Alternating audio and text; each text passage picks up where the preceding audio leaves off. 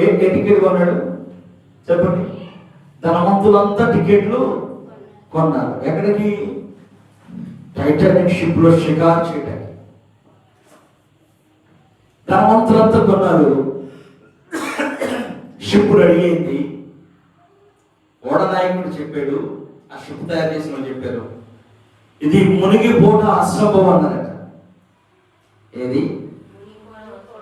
ఇది మునిగిపోటు అసంభవం, ఇది మునగనే మునగదు, మమ్మల్ని ఎవడు ఉంచలేడు. ఎవరి గర్వం ఇది? ధనవంతుల యొక్క గర్వం. ఎవరి గర్వం?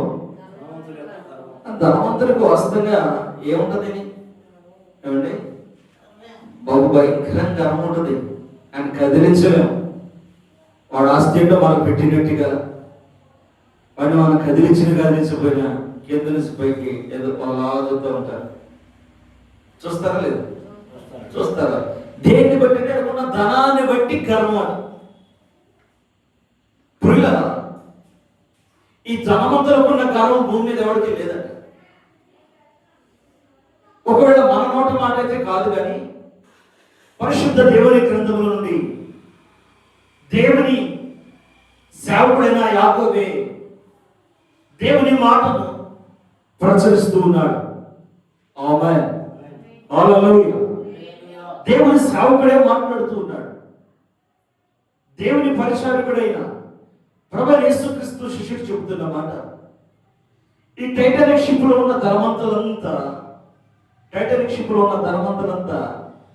ఏం చెప్పుకుంటారంటే, మన ధనమును బట్టి మనము చాలా విలువైన షిప్ ఎక్కాం, మన అగాధ సముద్రంలోకి వెళ్ళిపోయినా మనం చాలా సేఫ్గా బయటికి వస్తాం.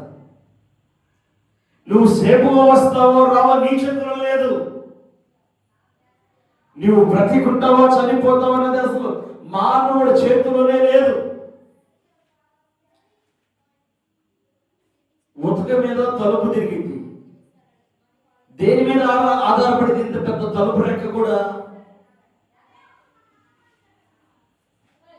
ఉతక మీద తలుపు ఉతక అంటే ఏంటి చెప్పండి? తెలీదా?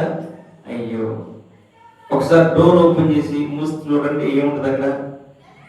తోక రెక్క అంటారు, బంద్ అంటారు, మడత బంద్ అంటారు.